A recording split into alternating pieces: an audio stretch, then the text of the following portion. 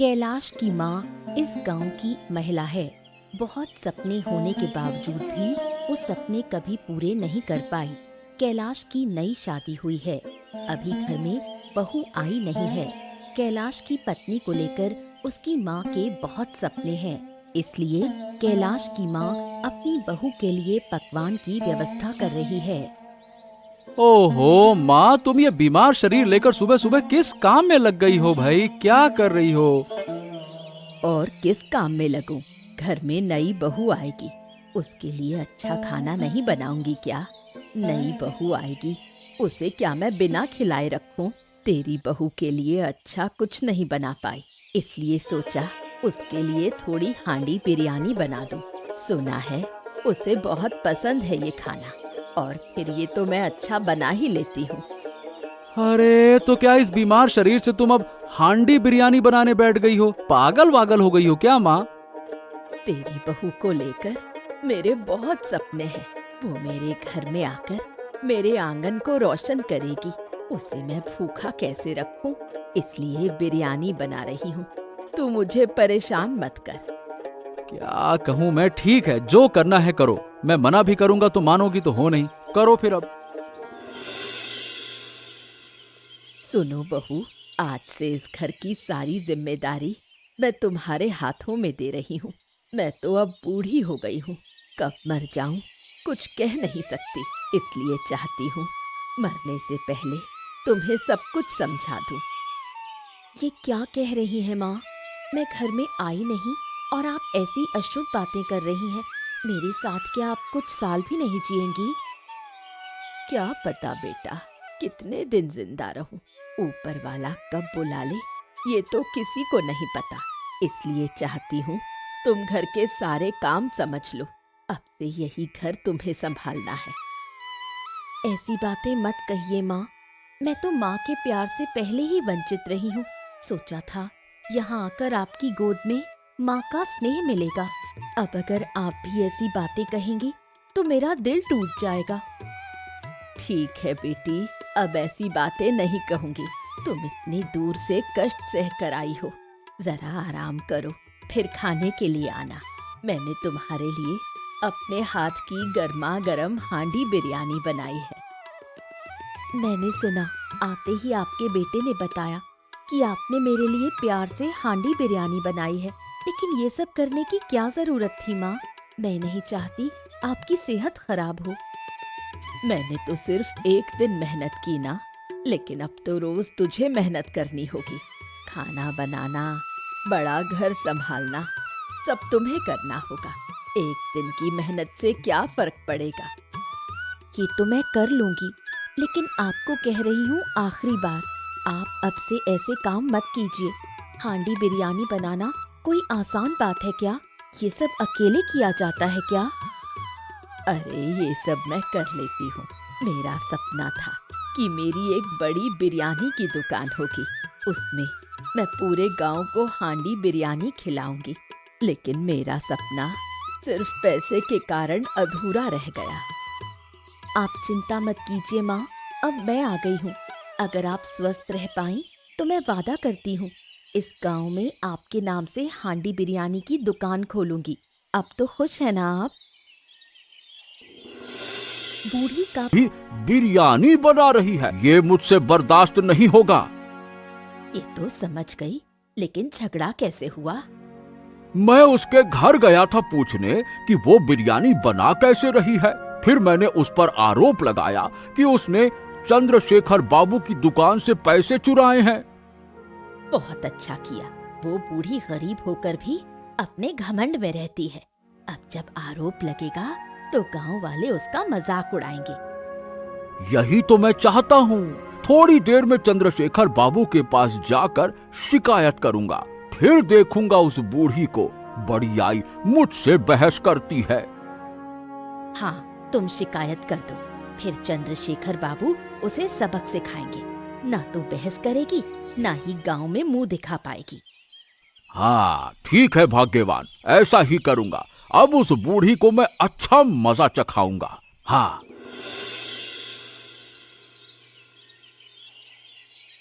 अरे आराध्या, तुम्हें मैं इस घर में बहू बनाकर लाया हूँ, कहीं कोई दिक्कत तो नहीं हो रही? अगर हो तो बेझिझक मुझसे कह सकती हो, बताओ। अरे नहीं, मुझे कोई दिक्कत कैसे होगी?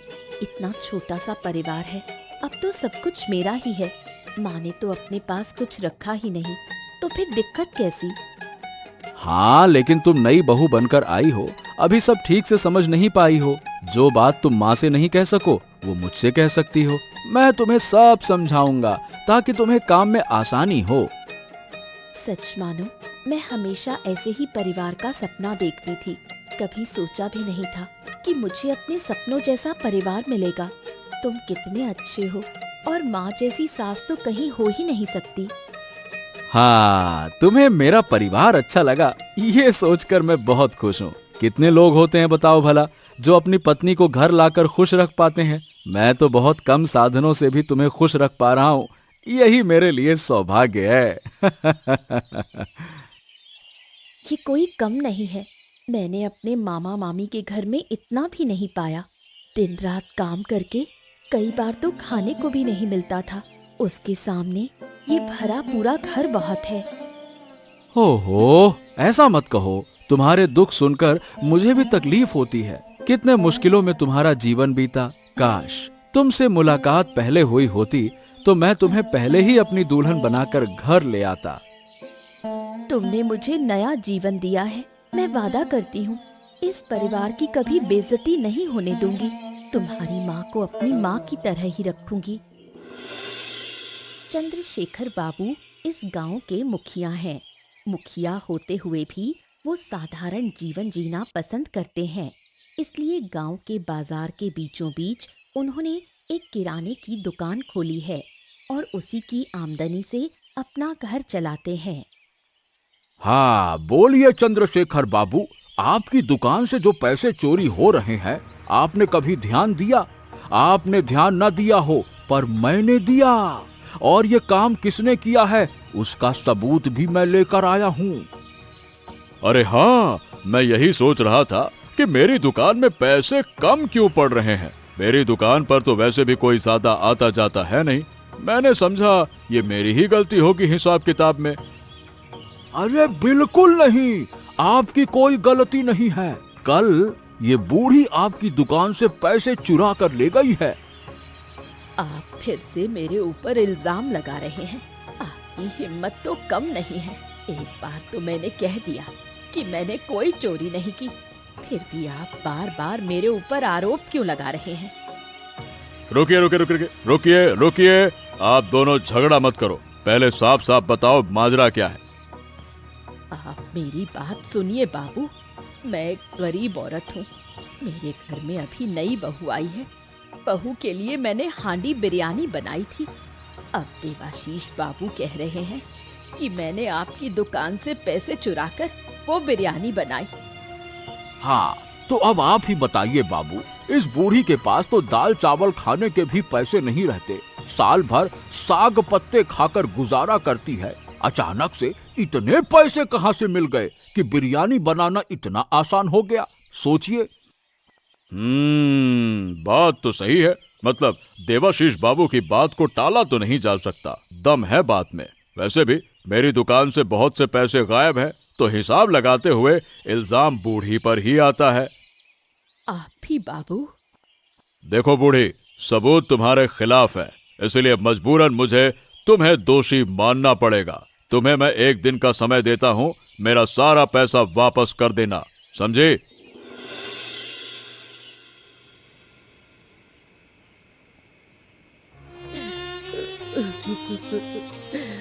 मेरे साथ इतना बुरा क्यों किया देवाशीष बाबू ने? मैं समझ नहीं पा रही। मैंने उनका क्या बिगाड़ा था जो इतना बड़ा इल्जाम दे दिया? उन्हीं की वजह से पूरे बाजार में मेरी बदनामी हो गई। अरे अरे अरे, माँ चुप हो जाइए। आप रोइए मत। हम जानते हैं कि आपने चोरी नहीं की है। हम आपको बेगुनाह साबित करके रहेंगे, आप चिंता मत कीजिए। मेरी बहू पहली बार घर में आई है और आते ही देख रही कि उसकी सास चोरी कर रही है। जरा सोचो, कितनी शर्म की बात है। इतने सालों से मैंने इस गांव में इज्जत के साथ जिंदगी बिताई और अब देवाशीष बाबू ने मेरी सारी इज्जत मिट्टी में मिला दी। हाँ हाँ हाँ, आप चिंता मत कीजिए, चंद्रशेखर बाबू का पैसा हम लौटा देंगे, फिर आपको बेगुनाह साबित करके देवाशीष बाबू को सबक सिखाएंगे। लेकिन मेरी जो इज्जत खो गई, क्या वो वापस आ पाएगी? क्यों मेरे साथ ऐसा हुआ? क्या मैं गरीब हूँ इसलिए इंसान नहीं हूँ? गरीब हो सकती हूँ पर कभी किसी से भीख नहीं मांगी। माँ जी, आप ऐसे मत रोइए, आपका बेटा कह रहा है ना, सब ठीक कर देगा। आपकी इज्जत फिर से वापस आ जाएगी, यकीन कीजिए। और क्या यकीन करूं बहू, तुम इस घर में नई आई हो, तुम्हारी इज्जत मेरी इज्जत से पहले है। लेकिन अब तुम्हें भी गांव में मेरे कारण शर्मिंदगी उठानी पड़ रही है। लोग मुझे लेकर छी छी कर रहे हैं। करने दीजिए, समय आने पर मैं सबको जवाब दूंगी, आप बिल्कुल चिंता ना करें। हे ऊपर वाले, मेरी मदद करो, मुझे इस हालात से बाहर निकालो, मेरी इज्जत वापस लौटा दो। मैंने कभी किसी का बुरा नहीं किया। हे ऊपर वाले, मेरी मदद करो, मुझे इस हालात से बाहर निकालो, मेरी इज्जत वापस लौटा दो। मैंने कभी किसी का बुरा नहीं किया।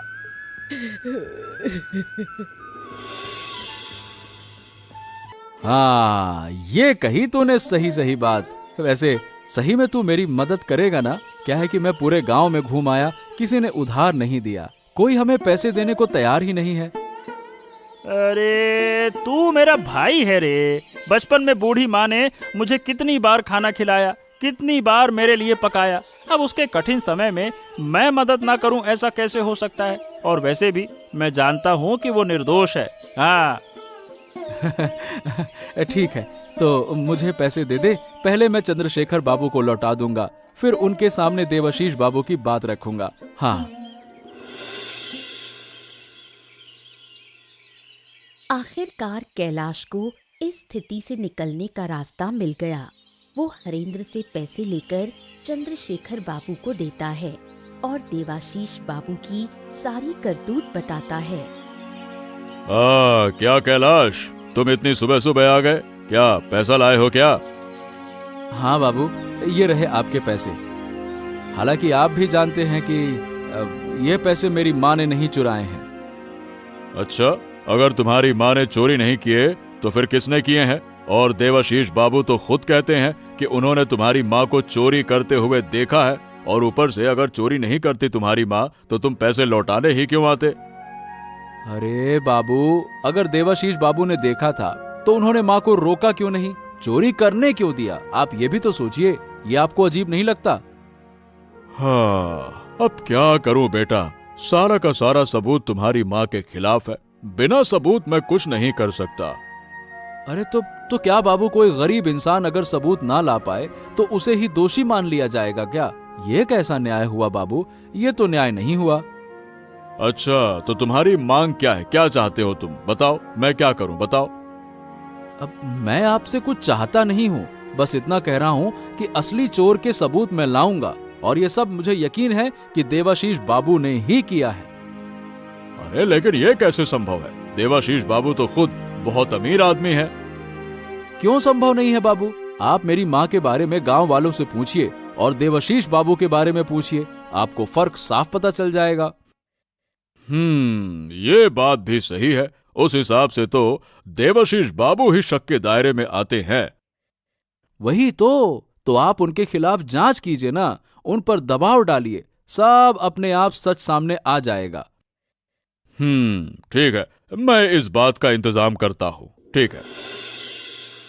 धीरे धीरे देवाशीष बाबू की करतूत पूरे गांव में फैल जाती है। सब लोग उनका मजाक उड़ाने लगते हैं। क्या हुआ देवाशीष बाबू, अब कैसा लग रहा है? खुद चोरी करके निर्दोष बूढ़ी पर इल्जाम लगाने में आपको जरा भी शर्म नहीं आई? अरे ये क्या बकवास कर रहे हो? मुझसे ऐसी बात करने की हिम्मत कैसे हुई तुम्हारी? हिम्मत कैसे हुई? वाह, चोर की माँ ऊंची बोली अरे इतनी बड़ी चोरी करके गरीब औरत पर इल्जाम लगाया, लेकिन एक बात जान लो, सच कभी नहीं छुपता, सच हमेशा जीतता है। हाँ। अरे ये सब बड़ी बड़ी बातें तुम लोग बनाते रहो, लेकिन जिंदगी में असलियत में क्या होता है, यही होता है जो तुम अभी देख रहे हो। चोरी उस बूढ़ी ने की है, समझा? अरे तुम लोगों ने जिंदगी में किया ही क्या है, बात करते हो। हाँ, जिंदगी में कुछ और किया हो या ना किया हो, चोरी तो कभी नहीं की, समझे? जो शर्म आपको चोरी करके मिल रही है ना, वो शर्म हमें नसीब नहीं हुई। यही हमारी सबसे बड़ी कमाई है। अरे आश्चर्य की बात है, मेरे पास इतना पैसा है, मैं क्यों चोरी करूंगा? तुम सब लोग यूं ही मुझे चिढ़ा रहे हो, फालतू में चोर मत कहो, समझे? हाँ हाँ हाँ, गांव का हर कोई जानता है कि आपके पास पैसे जरूर हैं, लेकिन आप जलनखोर इंसान हैं। दूसरों की भलाई आपको बर्दाश्त नहीं होती। दूसरों को नीचा दिखाने के लिए आप कुछ भी कर सकते हैं। हे, अब ये थोड़ी हद से बाहर जा रहे हो, समझ गए? फालतू की बात नहीं करो। अभी तो कुछ हुआ भी नहीं, आपने जो किया उसका न्याय जरूर होगा। चंद्रशेखर बाबू इंतजाम कर रहे हैं, तब समझेंगे कि हद किसे कहते हैं। ये गजब बात करते हो, तुम लोगों की वजह से बाजार आना भी मुश्किल हो गया। अब मैं बाजार नहीं आऊंगा। हाँ। ना ही आए तो बेहतर है। आपके जैसे चोर अगर बाजार आएंगे तो बाजार में कुछ बचेगा ही नहीं, सब चुरा ले जाएंगे, चोरकट कहीं के। आखिरकार चंद्रशेखर बाबू ने देवाशीष बाबू पर दबाव डाला। दबाव डालते ही देवाशीष बाबू ने सारा सच उगल दिया। चंद्रशेखर बाबू ने तय किया कि वो देवाशीष बाबू को उचित सजा देंगे। छी छी छी छी देवाशीष बाबू, आपकी इतनी उम्र हो गई है और फिर भी आप इस तरह के काम कर रहे हैं। पूरे गांव में अब लोग आपको लेकर छी छी कर रहे हैं। आपकी तो पूरी छीछा लेदर हो गई है। इस बुढ़ापे में भी आपको शर्म नहीं आई? अब मुझे माफ कर दीजिए बाबू, अब मैं कभी ऐसा नहीं करूंगा। जो लज्जा पानी थी वो मैं पा चुका हूँ, इज्जत भी चली गई। अब आप मुझे और भला क्या सजा देंगे? बिल्कुल नहीं, मैं देवाशीष बाबू की सजा चाहता हूँ। इन्होंने मेरी माँ पर इल्जाम लगाया, पूरे गांव के सामने मेरी माँ को अपमानित किया, मेरी माँ की सालों की इज्जत मिट्टी में मिला दी है इन्होंने। बस बस बस शांत। सबसे पहले तो आपने इस तरह का काम किया, बूढ़ी पर झूठा इल्जाम लगाया, उसके बाद फिर उसके घर जाकर झगड़ा भी किया। मैं तो आपका साहस देखकर हैरान हूँ कि बुढ़ापे में इतना कर रहे हो। अब मुझे माफ कर दीजिए बाबू, माफ कर दीजिए। बिल्कुल नहीं, आपको सजा मिलेगी और आपकी पहली सजा है, जो भी पैसा बूढ़ी ने मुझे लौटाया वो आप बूढ़ी को वापस करेंगे। और दूसरा, बूढ़ी के घर में झगड़ा करने के कारण आज से आप गांव में अकेले रहेंगे, किसी के घर भी नहीं जाएंगे और किसी से संबंध भी नहीं रखेंगे, बस। अरे ये क्या बात कर रहे हैं आप? इतनी सी बात के लिए मुझे इतनी बड़ी सजा दे रहे हैं? अच्छा, आपको क्या लगता है कि चोरी करना कोई छोटी बात है? चोरी करना सबसे बड़ा पाप है, उसकी सजा आपको इससे कहीं ज्यादा मिलनी चाहिए। बात करते हैं आप फालतू की। हाँ, अब बिल्कुल न्याय हुआ ना चंद्रशेखर बाबू। मैं आपके न्याय से संतुष्ट हूँ, बहुत बहुत धन्यवाद। अब आप देवाशीष बाबू सजा भुगतिए आप। हाँ।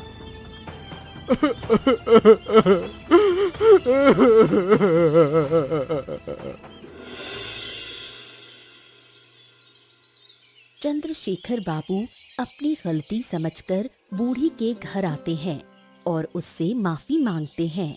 माफी मांगते हुए वो बूढ़ी के हाथ की बिरयानी खाते हैं और बहुत प्रसन्न होते हैं।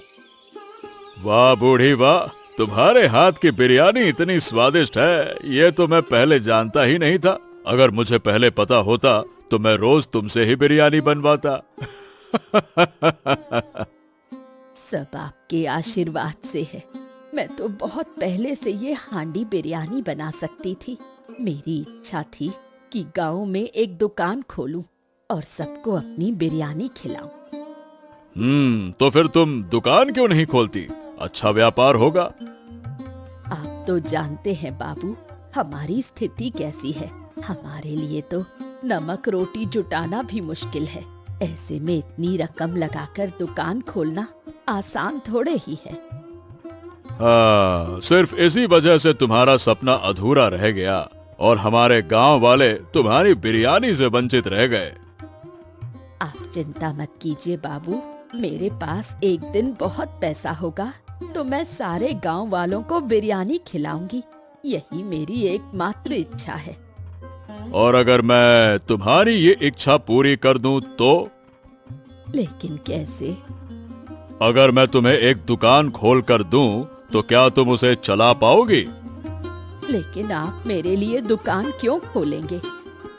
देखो, तुम्हारे साथ जो अन्याय हुआ उसके प्रायश्चित के रूप में मैं तुम्हें ये देना चाहता हूँ। देखो, मना मत करना अब। लेकिन मैं आपके पैसों से दुकान नहीं खोल सकती।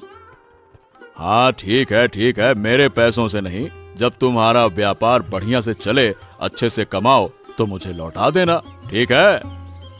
ठीक है, तो मैं तैयार हूँ। आखिरकार देवाशीष बाबू ने अपनी गलती समझी। बूढ़ी के साथ किए गए अन्याय को सोचकर उन्होंने उससे माफी मांगने का निर्णय लिया। ये क्या, आप फिर मेरे घर क्यों आए हैं?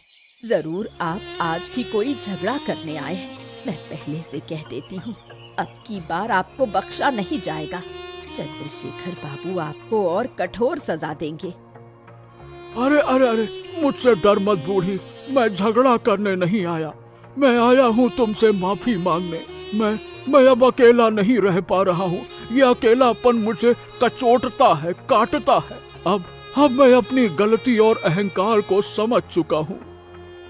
मैं आपकी किसी बात पर भरोसा नहीं कर सकती। आप भरोसे लायक नहीं हैं। ये मैं समझता हूँ। मैं भरोसे के लायक हो भी कैसे सकता हूँ? जो काम मैंने किया उसके बाद तो कोई भी यही कहेगा। लेकिन मैंने अपने पाप की सजा पा ली है। तो अब बताओ, अब तुम मुझे क्यों माफ नहीं कर सकती? आप माफी मांगने आए हैं ना? ठीक है, मैं आपको माफ करती हूँ। अब आप यहाँ से चले जाइए। नहीं बूढ़ी, नहीं। मैं जानता हूँ कि तुमने दिल से मुझे माफ नहीं किया। जब तक तुम दिल से माफ नहीं करोगी, मुझे मरते वक्त तक शांति नहीं मिलेगी। कहो तुम ऐसा कि तुमने मुझे दिल से माफ कर दिया है। ठीक है, मैं कहती हूँ, मैंने आपको दिल से माफ कर दिया। लेकिन आप कभी भी ऐसा काम दोबारा मत कीजिएगा। मैं वादा करता हूँ कि मैं अब कभी अहंकार नहीं करूँगा। अहंकार और जलन ने ही मुझे ऐसे पाप करने पर मजबूर कर दिया था। अब ना जलन करूँगा, ना प्रलोभन में पड़ूंगा, ना भैया ना।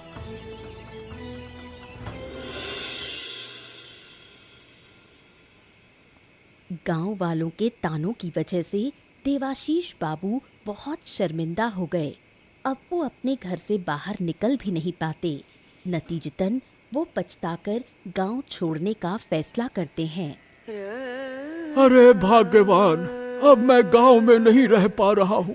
यकीन करो, लोग मेरा बहुत मजाक उड़ाते हैं। मुझे बहुत बुरा लगता है। कई लोग तो ताना भी मारते हैं, फिर झगड़ा हो जाता है। अब क्या करें, सब हमारी ही गलती है। हमने अन्याय किया, इसलिए आज ये दिन देखना पड़ा। अगर हमने जलन में आकर ऐसा काम ना किया होता तो ये सब नहीं होता। सही कह रही हो, ऐसा ना किया होता तो आज ये दिन ना देखना पड़ता। चलो भाग्यवान, हम ये गांव छोड़कर कहीं दूर चले जाएं, वहाँ जहाँ थोड़ा शांति रहे। यहाँ तो रहकर अब शांति नहीं मिलेगी। हाँ चलो, मेरा भी अब यहाँ रहने का मन नहीं है। कोई हमसे बात नहीं करता, मैं किसी के घर नहीं जा सकती। सबने हमें अकेला कर दिया है। ऐसे जीना कैसे संभव है? बेहतर है किसी और गांव में जाकर ठीक से जीवन बिताएं और फिर कभी अन्याय ना करें किसी के साथ। ठीक है, तो आज ही रात को निकल चलेंगे। सामान बांध लो। सब बांध रखा है, अब बस समय देखकर घर से निकलना है। मेरी जन्मभूमि, मेरा गांव, और आज मुझे छोड़कर जाना पड़ रहा है, सिर्फ और सिर्फ अपने कर्मों के कारण। दुखी मत हो, पाप का फल हर किसी को भोगना ही पड़ता है, कोई इससे बच नहीं सकता। शायद यही हमारी किस्मत थी। आखिरकार तमाम मुश्किलों को पार करके बूढ़ी अपना सपना पूरा कर पाई। पूरे गांव में उसकी बिरयानी की दुकान की चर्चा होने लगी। नई दुकान और प्रशंसा से खुश होकर बूढ़ी ने गांव वालों को मुफ्त में बिरयानी खिलाने का इंतजाम किया। वाह वाह वाह वाह वाह, आज तो मैं भी गांव वालों के साथ मुफ्त बिरयानी खा पाऊंगा। क्या कहती हो बूढ़ी? आप कैसी बातें कर रहे हैं बाबू? अगर आप दुकान में आए तो मैं आपको पूरी हांडी दे दूंगी, और आप मुफ्त बिरयानी की बात कर रहे हैं। अरे उसमें मजा कहाँ, मजा तो इसमें है कि सब गांव वालों के साथ बैठकर पेट भर बिरयानी खाओ। मेरे गांव के जितने गरीब लोग हैं, सबके लिए मैंने अपनी दुकान की बिरयानी मुफ्त कर दी है। जो भी आएगा भर पेट खाएगा, कोई पैसा नहीं लिया जाएगा। तुम्हारी ईमानदारी की वजह से हमें तुम इतनी अच्छी लगती हो। अगर तुम ये पहले कर सकती तो मैं कहता हूँ कि तुम्हारी दुकान का सारा खर्चा और देखभाल मैं खुद ही देखूंगा। गरीबों की सेवा के लिए मैं भी पैसे दूंगा। व्यापार मेरा उद्देश्य नहीं है, मेरा उद्देश्य है लोगों की सेवा करना। लोग मेरे हाथ की बिरयानी खाकर जो प्रशंसा करते हैं, उसी में मेरी खुशी है। चलो, आखिरकार तुम कह सकती हो कि तुम्हारा सपना पूरा हुआ। अब तुम्हें अपने सपने के लिए कभी अफसोस नहीं रहेगा। ये सब गांव वालों और तुम्हारे कारण हुआ है। मैं वादा करती हूँ कि मैं जिंदगी भर इसी तरह सबको स्वादिष्ट हांडी बिरयानी खिलाती रहूंगी। ऐसी ही और दिलचस्प कहानियाँ देखने के लिए हमारे चैनल को सब्सक्राइब करना ना भूलें। तो बताओ दोस्तों, इस कहानी में असली चोर कौन था?